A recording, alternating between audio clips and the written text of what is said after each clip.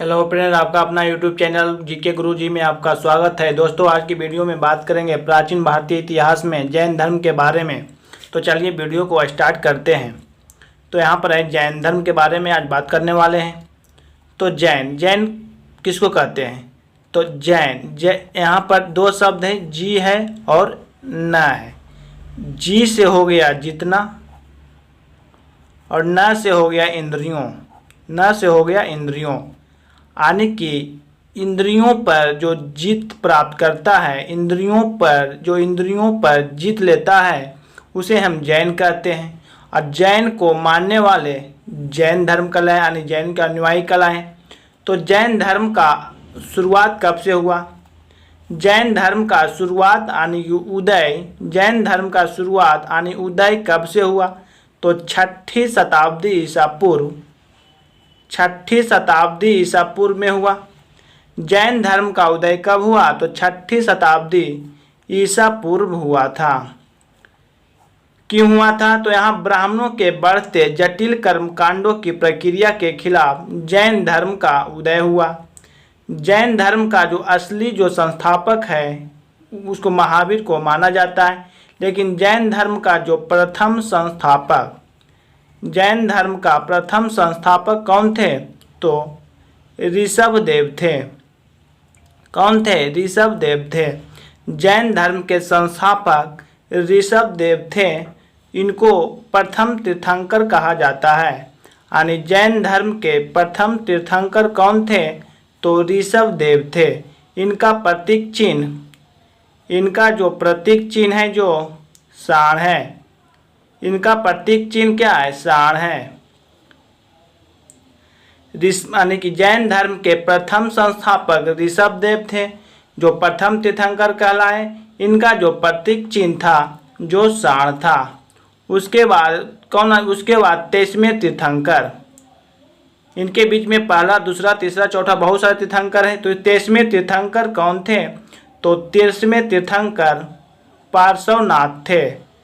23वें तीर्थंकर कौन थे? तो पार्श्वनाथ थे। पार्श्वनाथ अश्वसेन का पुत्र था। पार्श्वनाथ थे जे अश्वसेन का पुत्र था। पार्श्वनाथ अश्वसेन का पुत्र था। 23वें तीर्थंकर के रूप में पार्श्वनाथ थे और जो अश्वसेन का पुत्र था। अश्वसेन था जो इक्ष्वाकु, कहाँ का राजा था? इक्ष्वाकु वंशीय का राजा था। इक्ष्वाकु वंशीय का राजा अश्वसेन था, जो पार्श्वनाथ अश्वसेन का पुत्र था। जो पार्श्वनाथ 23वें यानी जैन धर्म का 23वें तीर्थंकर था। इसने सन्यासी लिया था। इसने सन्यासी कब लिया था? तो इसने सन्यासी 30 बरस की अवस्था में लिया था। यानी पार्श्वनाथ 30 बरस की अवस्था में सन्यासी लिया था और इनका मृत्यु हुआ था। इनका मृत्यु कहाँ पर हुआ था? इनका मृत्यु सम्मेत पर्वत पर हुआ था। यानी पार्श्वनाथ का मृत्यु सम्मेत पर्वत किसको कहते हैं? पारसनाथ की पहाड़ी। पारसनाथ की पहाड़ी को ही सम्मेत पर्वत कहते हैं, है ना। इसका नाम ही सम्मेत पर्वत है। सम्मेत पर्वत पर साधना करते हुए 100 बरस की अवस्था में पार्श्वनाथ की मृत्यु हो गई। अब इसके बाद आए 24वें तीर्थंकर, है ना। 24वें तीर्थंकर ये जैन धर्म का असली ये तीर्थंकर थे। यानी इनके जो समय में सबसे ज़्यादा जैन धर्म का प्रचार प्रसार हुआ था। तो 24वें तीर्थंकर कौन थे? तो महावीर स्वामी। 24वें तीर्थंकर कौन हुए? महावीर स्वामी। 24वें तीर्थंकर और सबसे लास्ट तीर्थंकर कौन कहलाए? महावीर स्वामी। 24वें तीर्थंकर कौन कहलाए? महावीर स्वामी। महावीर स्वामी का जन्म 540 ईसा पूर्व 540 ईसा पूर्व कहाँ हुआ था? कुंडग्राम में हुआ था। महावीर स्वामी का जन्म 540 ईसा पूर्व कुंडग्राम यानी वैशाली जिला में पड़ता है। यानी पटना के आगे उत्तर साइड क्या है? गंगा है। गंगा के उत्तर साइड हाजीपुर जिला पड़ता है, उसके बगल में वैशाली जिला पड़ता है। यानी महावीर स्वामी का जन्म 540 ईसा पूर्व कुंडग्राम वैशाली में हुआ था और इनका जो मृत्यु हुआ था 468 ईसा पूर्व, है ना, 468 ईसा पूर्व। टोटल कितने बरस तक जिए थे? 72 बरस तक, है ना, टोटल 72 बरस तक जीवित रहे। और इनका मृत्यु पावापुरी में हुआ था। इनका मृत्यु कहाँ हुआ था? पावापुरी। पावापुरी जो पड़ता है राजगीर में। कहाँ पड़ता है? राजगीर में। पावापुरी पड़ता है राजगीर, नालंदा जिला में, है ना, बिहार के नालंदा जिला में। यानी इनका मृत्यु 468 ईसा पूर्व 72 वर्ष की अवस्था में पावापुरी में। पावापुरी पड़ता है राजगीर में, राजगीर जो पड़ता है नालंदा जिला में पड़ता है। महावीर स्वामी का पिता का नाम क्या था? महावीर स्वामी के पिता का नाम सिद्धार्थ था। महावीर स्वामी के पिता का नाम सिद्धार्थ था और जो माता थी, माता का नाम त्रिशला। माता का नाम त्रिशला। त्रिशला जो कौन थी? त्रिशला जो थी नरेश चेटक की बहन थी। यानी त्रिशला जो थी लिच्छवी नरेश चेटक की बहन थी। चेटक की बहन थी। चेटक की बहन थी। यानी पिता है जो सिद्धार्थ है। यानी महावीर स्वामी के पिता का नाम सिद्धार्थ, माता का नाम त्रिशला। त्रिशला जो थी नरेश की पुत्री थी और नरेश था जो लिच्छवी क्या थी? राजा थी। लिच्छवी का राजा थी। अब इनका जो पिता तो सिद्धार्थ था। सिद्धार्थ जो कौन था? पिता जो सिद्धार्थ थे ये ज्ञात्रिक कुल का क्या थे? ज्ञात्रिक कुल का सरदार थे। पिता थे सिद्धार्थ। सिद्धार्थ जो ज्ञात्रिक कुल का सरदार थे। महावीर स्वामी के बचपन का नाम क्या था? महावीर स्वामी के बचपन का नाम वर्धमान था। महावीर स्वामी के बचपन का नाम वर्धमान था और इनके पत्नी का नाम जसोदा थी। इनके पत्नी का नाम जसोदा थी। यानी महावीर स्वामी के पत्नी का नाम जसोदा थी। महावीर स्वामी के बचपन का नाम वर्धमान था, पत्नी का नाम जसोदा थी और पुत्री, इनका एक पुत्री हुआ था, है ना। महावीर स्वामी का एक पुत्री हुआ था जिनका नाम अनोज्जा, है ना, अनोज्जा प्रियदर्शनी। अनोज्जा प्रियदर्शनी था। पुत्री का नाम अनोज्जा प्रियदर्शनी था और दामाद का नाम जमाली था। दामाद का नाम जमाली था। यानी बचपन का नाम वर्धमान था, इनके पत्नी का नाम जसोदा था, दामाद का नाम जमाली था और पुत्री का नाम अनोज्जा प्रियदर्शनी था। इनका एक बड़े भाई थे, यानी कि महावीर स्वामी का एक बड़े भाई थे। बड़े भाई का नाम क्या था? नंदीवर्धन। बड़े भाई का नाम नंदीवर्धन था। यानी कि महावीर स्वामी का बड़े भाई का नाम नंदीवर्धन था। जब महावीर स्वामी के पिता और माँ का जब देहांत हो गया, उसके बाद सन्यासी जीवन को स्वीकारा। तो सन्यासी जीवन को कब स्वीकारे थे? तो 30 वर्ष की अवस्था में। सन्यासी जीवन को स्वीकारा 30 वर्ष की अवस्था में। जब ये 30 वर्ष की अवस्था में तो इनके माता पिता की मृत्यु हो गई, इसलिए 30 वर्ष की अवस्था में इन्होंने सन्यासी जीवन को स्वीकारा। तो सन्यासी जीवन को ज्ञान की स्वीकारा तो तपस्या किए, ज्ञान की प्राप्ति के लिए तपस्या किए। कितने वर्ष तक तपस्या किए? 12 वर्ष तक। कितने वर्ष तक तपस्या किए? 12 वर्ष तक। कहाँ किए थे? तो जुम्भी ग्राम के निकट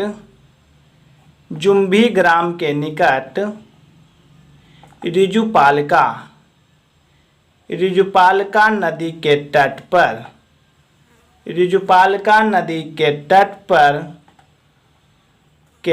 पर साल वृक्ष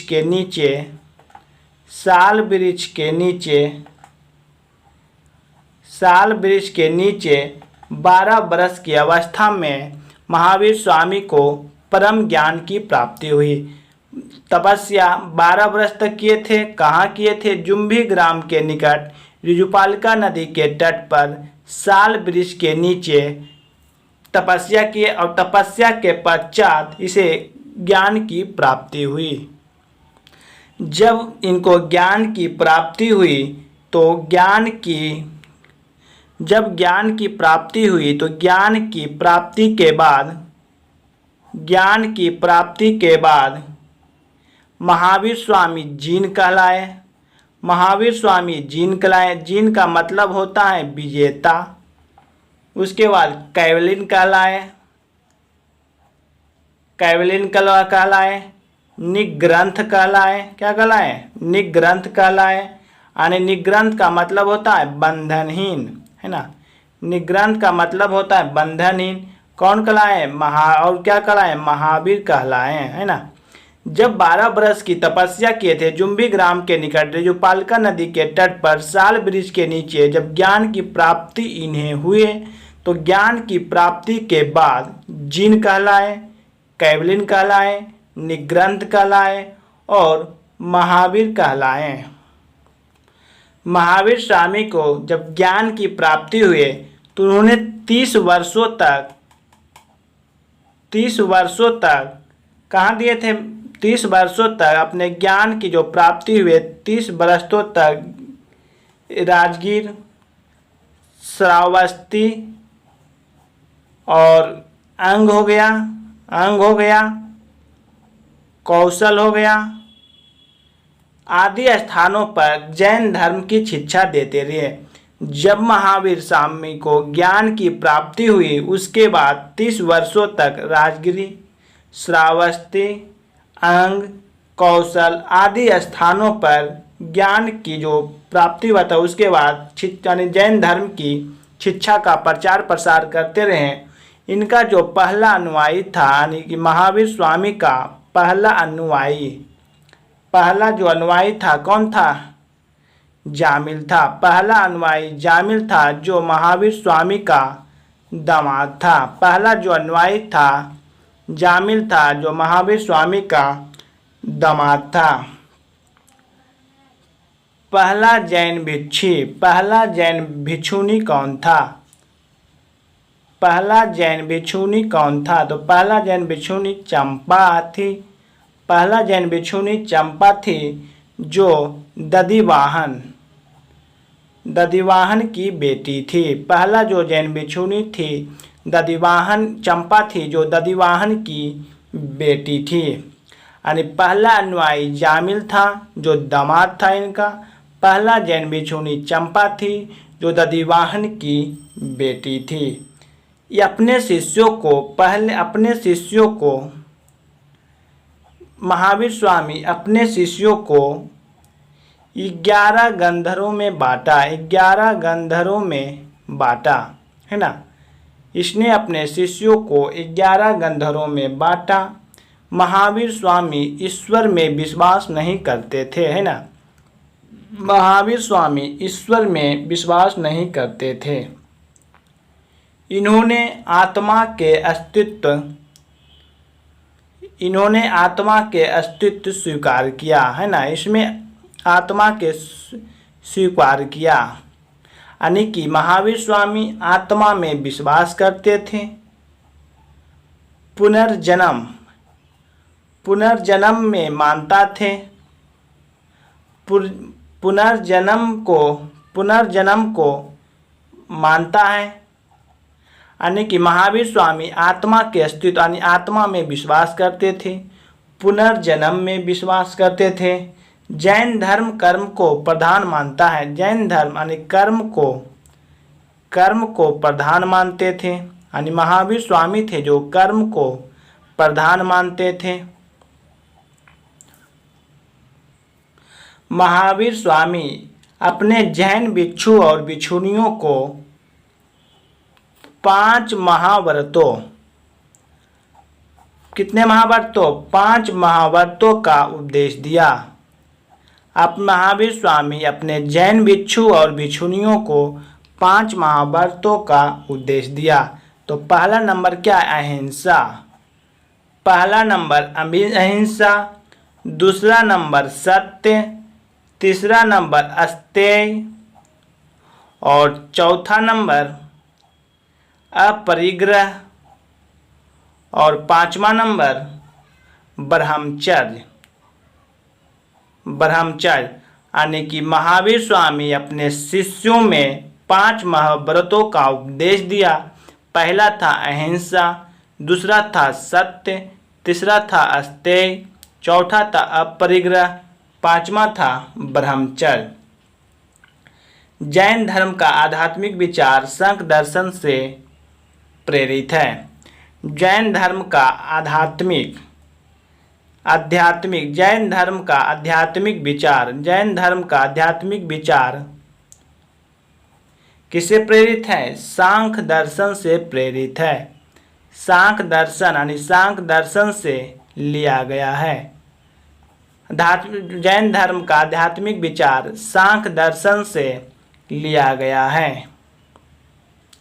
जैन धर्म को मानने वाले कुछ राजा थे, जैसे चंद्रगुप्त मौर्य थे, कलिंग नरेश थे। कौन थे? कलिंग नरेश थे। कलिंग नरेश खारवेल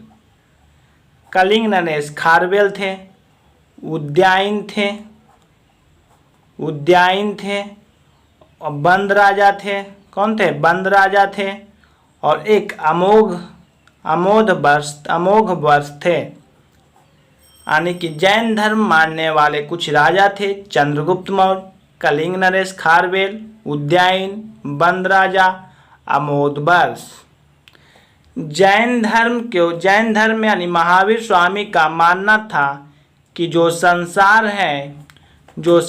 है वह दुखों से परिपूर्ण है। क्या है? संसार है जो दुखों से परिपूर्ण है। यानी कि महावीर स्वामी यानी जैन धर्म का मानना है कि संसार है जो दुखों से परिपूर्ण है। महावीर स्वामी थे यानी कि जो जैन धर्म सबसे ज़्यादा अहिंसा पर जोर दिया। जैन धर्म अहिंसा पर जोर दिया, यानी जैन धर्म में अहिंसा पर सबसे ज़्यादा जोर दिया गया है ना। यानी जैन धर्म को मानने वाले कुछ राजा थे, चंद्रगुप्त मौर्य, कलिंग नरेश खारवेल, उद्यायन, बंद राजा, अमोघ वर्ष। जैन धर्म का मानना है कि संसार दुखों से परिपूर्ण है। जैन धर्म में सबसे ज़्यादा अहिंसा पर जोर दिया गया। दोस्तों, और अगला जो आगे का जो इसमें जो बचा हुआ है जो अगला पार्ट में लाएंगे। दोस्तों, आज का वीडियो यहीं तक। दोस्तों, वीडियो अच्छा लगे तो वीडियो को लाइक करें और चैनल को सब्सक्राइब करना ना भूलें।